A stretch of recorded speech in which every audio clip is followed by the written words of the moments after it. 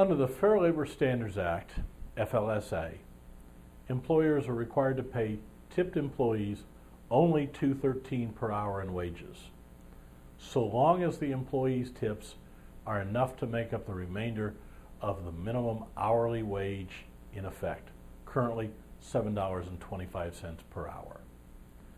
This is a tip credit against wages. So under federal law, if you have tipped employees, you can pay tipped employees only $2.13 an hour in cash wages as long as the employees make at least $5.12 an hour in tips. If the employee's tips do not bring the employee's total wages up to the current minimum wage, then the employer must pay the difference as cash wages to the employee. Tipped employees are those that work at a job where they ordinarily and regularly receive tips that exceed $30 per month. There are rules to which the employer is subject so as to be able to take the tip credit against wages. Tipped employees must actually receive the tips that equal or exceed the tip credit taken by their employer.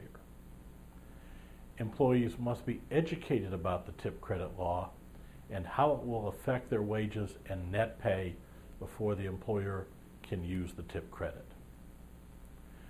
All tips that the employee receives are to be kept by the employee. Tip pooling is allowed among employees who regularly receive tips. Any tips paid by credit card must be paid to the employee no later than the next payday.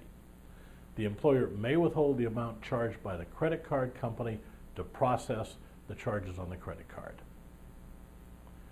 The tip credit remains the same even if the employee is working overtime hours at time and a half under FLSA overtime requirements. Service charges are not tips. If the customer has the absolute discretion to leave or not leave a tip, then it's not a service charge.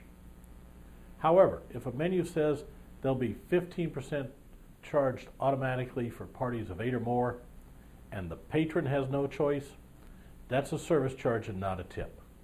Such payments are not tips and are not wages when calculating whether minimum wage has been paid. Many states do not follow federal law in regards to tip credits. Some states prohibit them entirely. The most favorable of the laws, whether it be federal or state, to the employee must be used. The employer needs to figure out which way provides the highest cash payout to the employee and use it in calculating wages. FICA tip credit.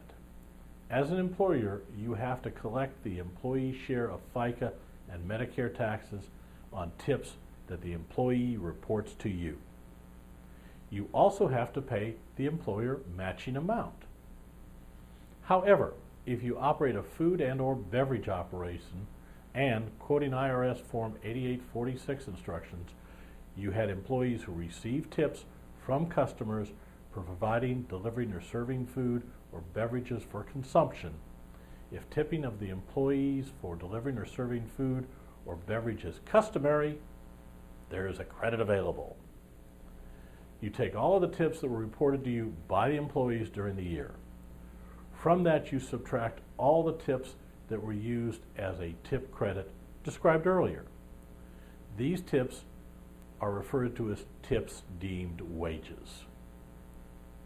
You then take the rest and multiply it by 0.0765, and that's your credit.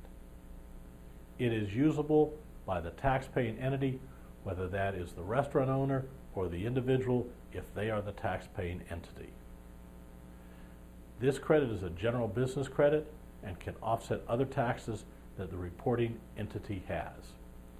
It is not a refundable credit, however, so if you owe no taxes, you can't use the credit to get money back.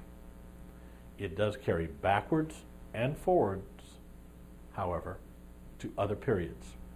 Talk to your CPA. This can amount to thousands of dollars a year in tax credits, especially in states that don't allow tip credit.